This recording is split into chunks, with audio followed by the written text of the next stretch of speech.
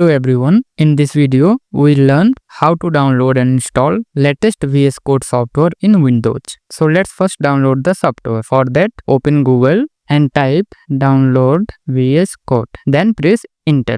You will get official VS Code website. Just open it. Here VS Code software is given for different platform. We require for Windows, so just download Windows. Here you can see download is started.